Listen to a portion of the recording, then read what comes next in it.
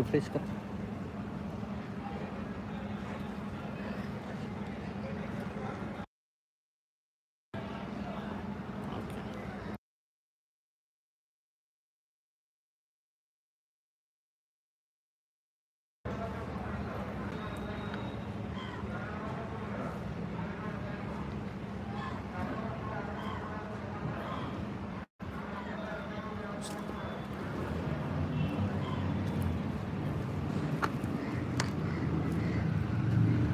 नमस्कार, कोकण कट्टा न्यूजमध्ये आपल्या सगळ्यांचं स्वागत.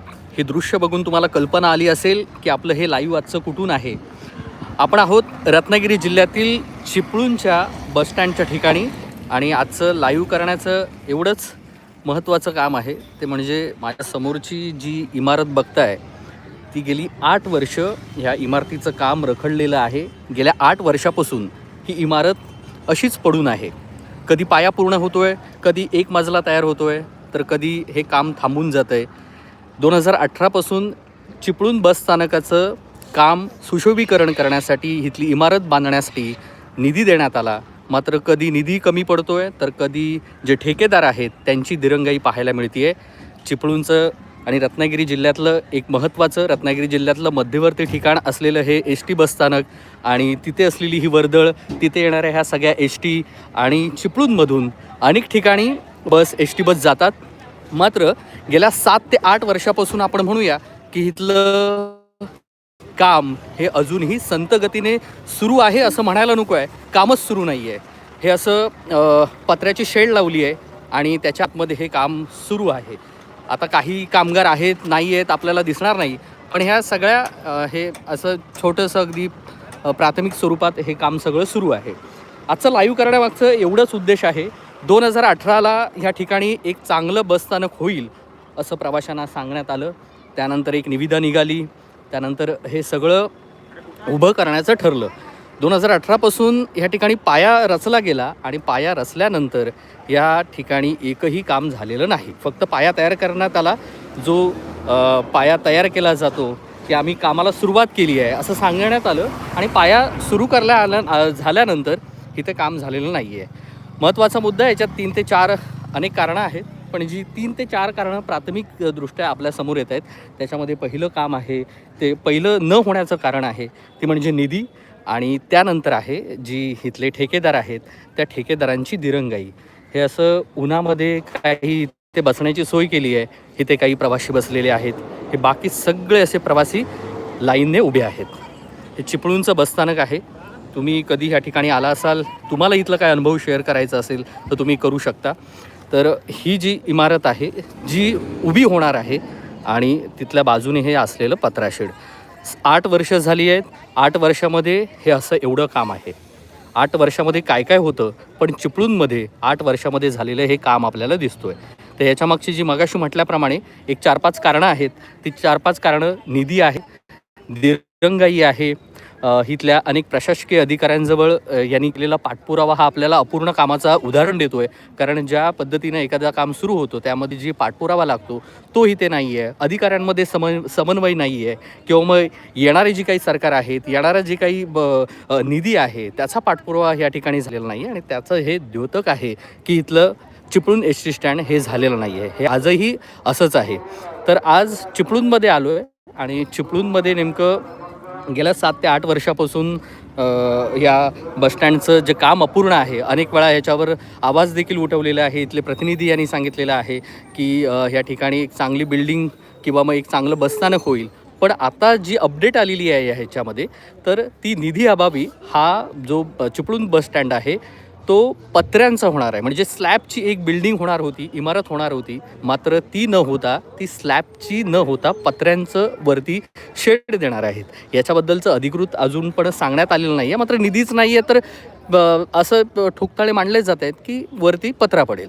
तर असं आहे. एकंदरीतच ही रचना आहे आणि इथली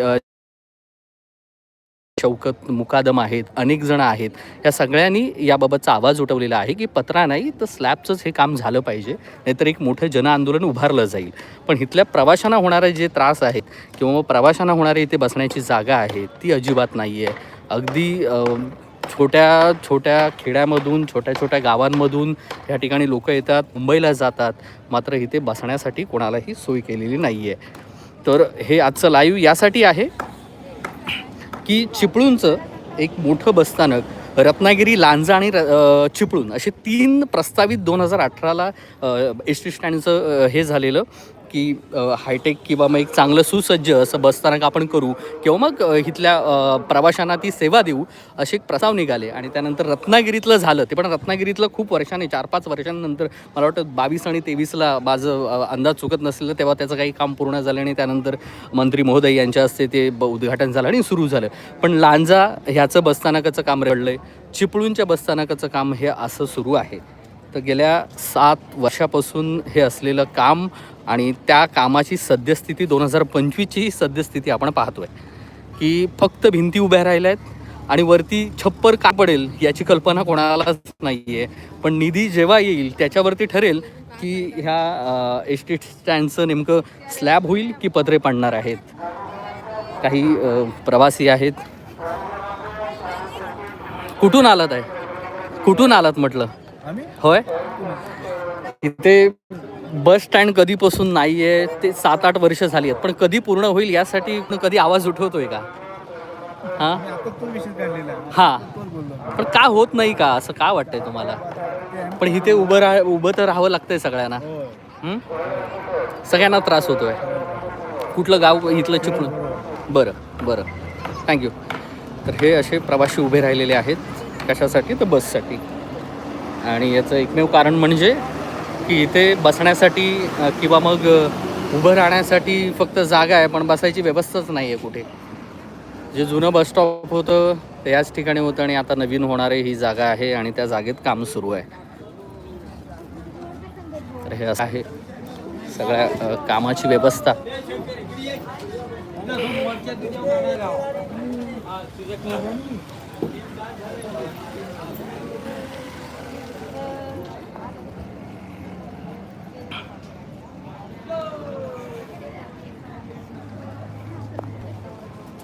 ते पूर्ण जरा आपण सगळ्या ठिकाणाहून जाऊन बघू की नेमकं काम किती झालं आहे आणि किती बाकी आहे.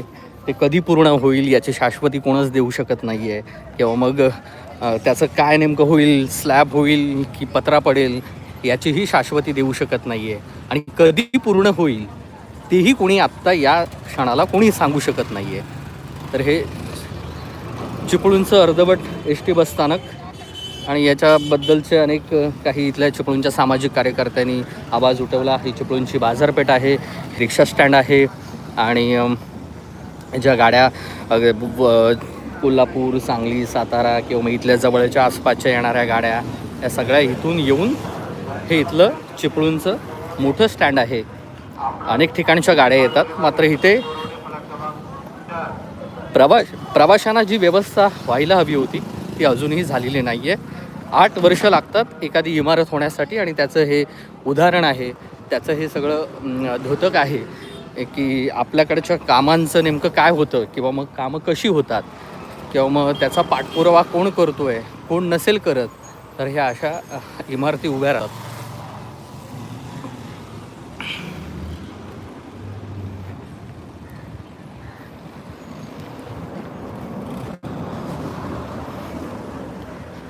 हे आहे इथून थोडंफार आपल्याला दिसतो की फक्त वाळू पडली आहे आणि त्या भिंती उभारलेल्या आहेत. आतमध्ये जाण्यासाठी काय त्यांनी जागाच ठेवलेली नाही आहे, नाहीतर आपण आत जाऊन पाहिलं असतं. कारण गेल्या साधारणतः 8 वर्षापूर्वी जो काही पाया उभारला आहे तो पण असा गंजलेला आहे, त्याचे पण सगळी नादुरुस्त झालेले आहेत. त्यामुळे ते किती टिकेल याची देखील शक्यता कमी आहे. जर पायाच चांगला नसेल तर तुम्ही पुढच्या इमारती कसं त्या स्ट्रक्चरवरती उभं करणार, हा देखील प्रश्न आहे. अनेक प्रश्न आहेत, फक्त ते मांडावेत आणि त्यावरती उत्तरं कोणाकडून घ्यावीत हे काही इथले आगार व्यवस्थापक आहेत. त्यांनी मागच्या वेळी एका बातमीमध्ये सांगितलं की निधीची कमतरता आहे आणि निधीची कमतरता असल्यामुळं हे काही होत नाही आहे असं त्यांचं म्हणणं आहे. पण त्यांची पण काही चुकी नाही आहे. निधीच मिळत नसेल तर इथली इमारत कशी पूर्ण होणार. तर हां देतो. तर हा असा विषय आहे सगळं.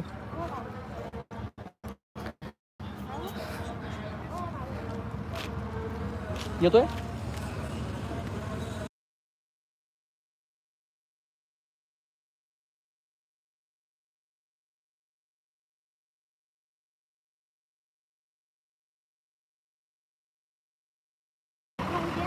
हे असं चिपळूणच्या इमारतीच्या बसस्थानकाचं काम सुरू आहे. सुरू आहे असं म्हणायला नाही पाहिजे, कारण ते काय अगदी फार काही ठिकाणीच असं बांधलं जातं आहे आणि काही 1-2 कर्मचारी दिसत आहेत, त्याच्याने काही इमारत पूर्ण होणार नाही आहे असं हे सगळं आहे.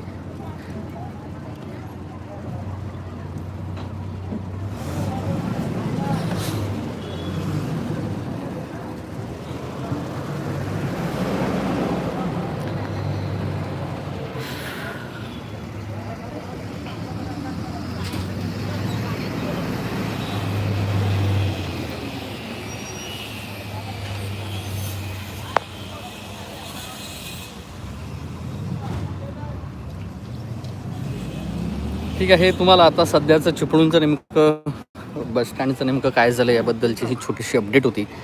भविष्यात ही ते इमारत उभी झाल्यानंतर ती स्लॅबची असेल की पत्र्याची असेल याची आपल्याला आता अपेक्षा तरी करावी लागेल किंवा मग वाट पाहावी लागणार आहे की नेमकं कसं हे बसस्थानक असेल आणि प्रवाशांना कशा सोयी मिळतील त्याचं. धन्यवाद. कोकण कट्टा न्यूजमध्ये तुम्ही ह्या सगळ्या लाईव्हबाबत काही कमेंट केलेले आहेत. त्या कमेंट काही वाचता आलेल्या नाही आहेत, पण नेक्स्ट टाईम आपण एक व्हिडिओ करू ज्याच्यातून या सगळ्या प्रतिक्रिया पण पाहायला मिळतील. काही लोक कंटाळलेली आहेत इथल्या बसची वाट बघून, तर त्यामुळे आणि इथे उभं राहण्यासाठी जागा आहे पण बसण्याची व्यवस्थाच कुठे नाही आहे. त्यामुळं या सगळ्याबाबतचा एक सविस्तर विश्लेषणात्मक एक व्हिडिओ आपण नक्की करू. धन्यवाद.